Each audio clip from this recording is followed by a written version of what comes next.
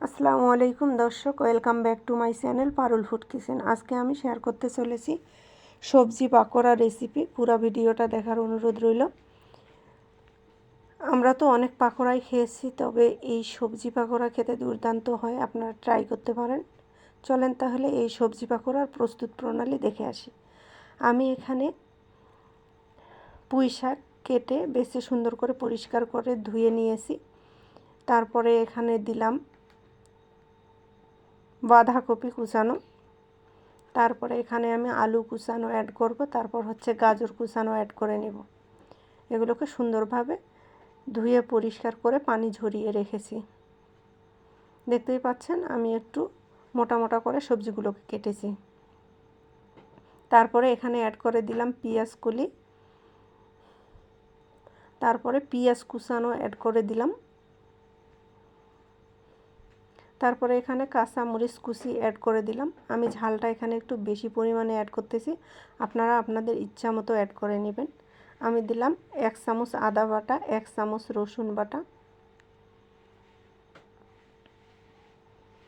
তারপরে এখানে 1 চা চামচ লাল মরিচের গুঁড়ো অ্যাড করলাম, তারপরে 1/2 চামচ হলুদের গুঁড়ো অ্যাড করলাম, স্বাদ মতো লবণ অ্যাড করে নিলাম। তারপর আমি এখানে অ্যাড করে নিব 1/2 চামচ জিরার গুঁড়া আর 1/2 চামচ ধনিয়া গুঁড়া।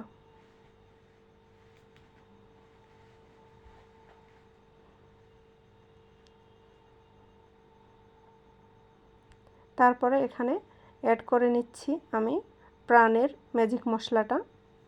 এটা দিলে পাকোড়া খেতে দারুণ লাগে, আলাদা একটা মজা আসে, এজন্য আমি এটা অ্যাড করলাম। আপনারা চাইলে এটা স্কিপ করতে পারেন। তারপরে আমি এখানে অ্যাড করে দিব একটা ডিম। আপনারা চাইলে এখানে 2টা ডিমও অ্যাড করতে পারেন, আমি একটা ডিম অ্যাড করে নিলাম। তারপরে এখানে আমি পাকোড়াটা মুসমুসে থাকার জন্য অ্যাড করে নিব চালের গুঁড়া। 4 চা চামচ চালের গুঁড়া অ্যাড করে নিব। আপনারা চালের গুঁড়ার পরিবর্তে এখানে বেসন অ্যাড করতে পারেন,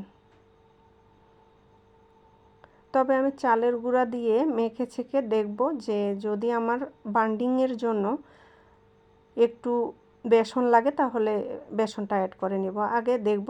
এভাবে সব কিছু উপকরণ এখন আমি মেখে চেখে নিচ্ছি।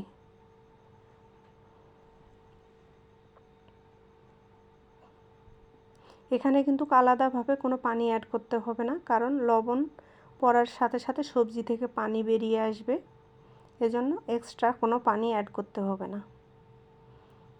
কিছুক্ষণ মেখে চেখে নিয়ে এই মিশ্রণটা রাখা যাবে না, সাথে সাথে ভেজে নিতে হবে। দেখতেই পাচ্ছেন আমার মনে হলো যে আর একটু বেসন দিলে বান্ডিংটা ভালো হবে, এজন্য আমি এখানে বেসন অ্যাড করে দিব।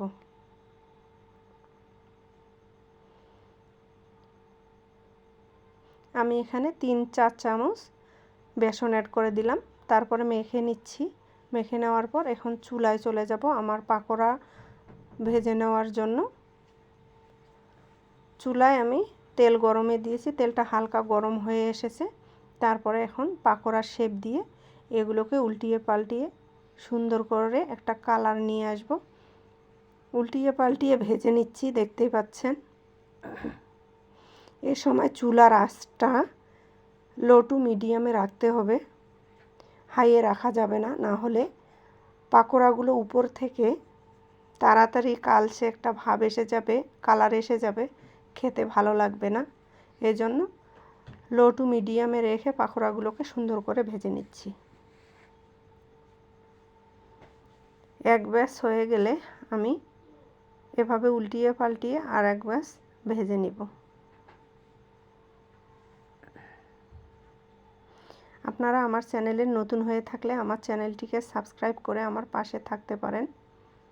আমার এই সিম্পল রেসিপি যদি আপনাদের ভালো লাগে লাইক কমেন্ট শেয়ার করবেন, আর যারা ফেসবুক থেকে দেখতেছেন তারা ফলো দিয়ে দিবেন।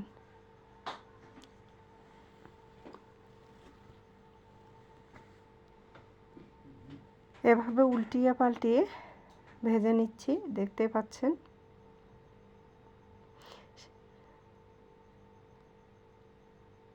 ইফতারে অনেক পাকোড়া, তারপরে অনেক বড়া আমরা খেয়ে থাকি, তবে আপনারা এটাও ট্রাই করতে পারেন।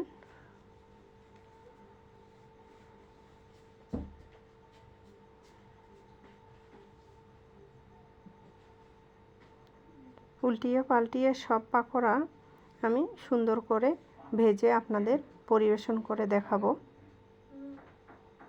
আসলে এ ধরনের পাকোড়া রেসিপি খেতে দুর্দান্ত হয়।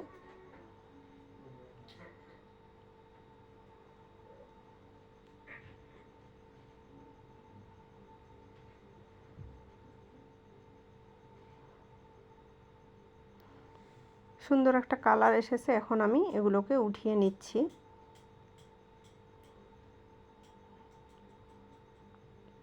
উঠিয়ে আপনাদের পরিবেশন করে দেখাচ্ছি কতটা লোভনীয় হয়েছিল। দেখতে যতটা লোভনীয়, খেতে তার চেয়ে বেশি লোভনীয় ছিল পাকোড়াটা।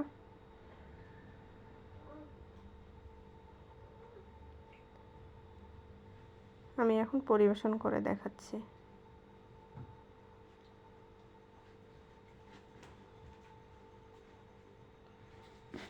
দেখেন কতটা লোভনীয় লাগতেছে। ভালো থাকবেন, সুস্থ থাকবেন, আমার জন্য দোয়া করবেন। আমি আর একটা নতুন রেসিপি নিয়ে আপনাদের সামনে আসবো ইনশাআল্লাহ। এ পর্যন্ত আপনারা আপনাদের পরিবারকে নিয়ে ভালো থাকবেন এবং সুস্থ থাকবেন।